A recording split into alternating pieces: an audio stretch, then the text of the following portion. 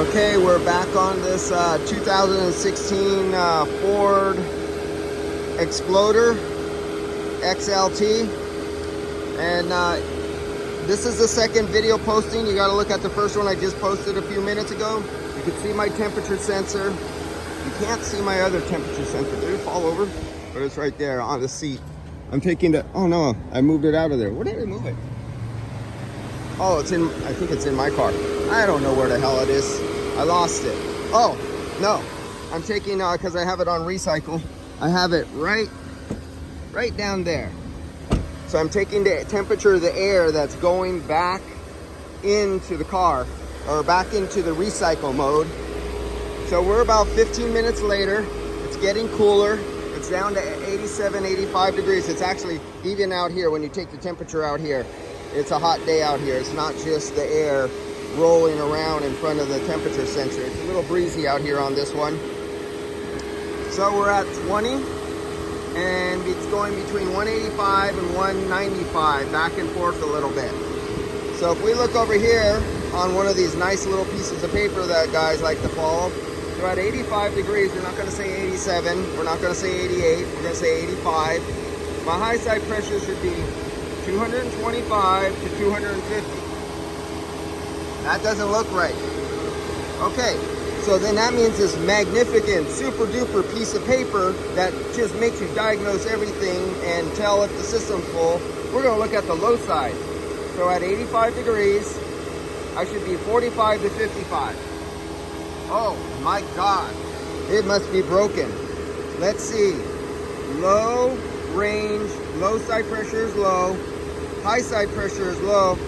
Add refrigerant. But wait a minute, I just added the refrigerant all the way up to the manufacturer's specification. So you see this piece of shit? Whoever made this thing and whoever follows this, you fucked your customers. Okay, let's go over this some more. We're 15, going into 20 minutes on this vehicle. And I think we're 45, I'll give snapshots of the screen because it's recording on my phone right now. It's 45 degrees coming out of the dash right now. My snapshot will show the cabin temperature because this is rear AC too and front AC, so it has a double load on the system, so it's a real heavy. It has two evaporators being saturated, trying to bring down this. Remember when I started this test, the interior, all the seats and the dash and everything, actually the dash was 140 some degrees. It was 113 degrees in the car, and we're trying to cool that mass down. So we have a really heavy load on two evaporators trying to cool this down at an 85 degree day. And there's our high side pressure, there's our low side pressure. The superheat is actually lower. The temperature is lower than 40 degrees because right where I have those, that sensor right there, I don't have it wrapped in rag and I don't have aluminum foil, and there's a baking hot exhaust manifold right there. I could barely even touch the plastic. The plastic is so hot, it gives you a false reading and makes your temperature a little bit higher than what it really is. So this superheat would actually be down a little bit more right now. This had two condensers. So there's a primary condenser back there, and then they have this secondary subcooling condenser. This is the subcooling channel. 1, 2, 3, 4, 5, 6, 7, 8, 9, 10. That's the little block off tab right there. So 10 rows are subcooling, and you can see a big pipe, and then you can't see over here the way the pipes are going.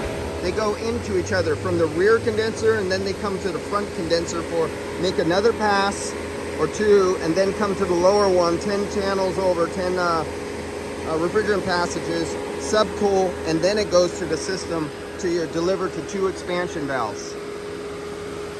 So all right guys, for those guys who believe when it's 85, or we were dropping down to 85, when those guys who believe when it's 85, you have to have 200 and some PSI. This is the second video, and we're going down to 19 PSI on the low side, 2,000 RPMs. Whoever uses this, next time you go to the bathroom, bring this with you because that's what it's good for.